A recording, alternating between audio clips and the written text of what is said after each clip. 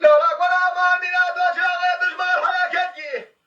بلا فينا يا بابا لسري بقى أهلا وي أهلا وي وخرابي خويتي ذي الماء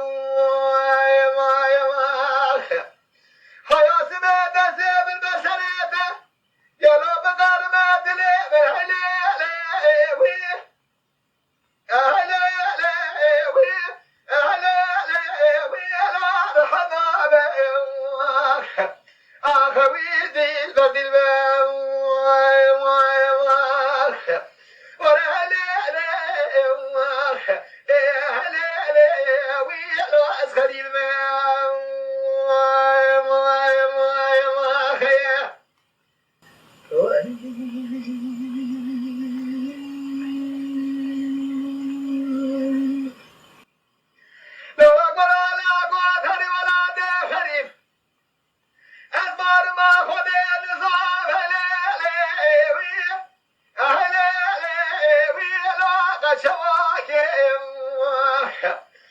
خويتي ذي الماء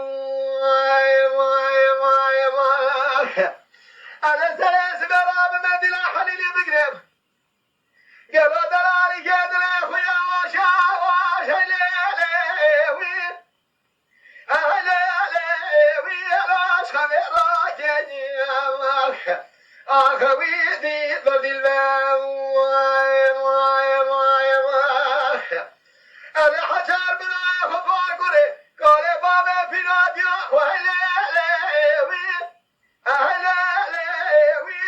بقول باكي خويتي ذي الماء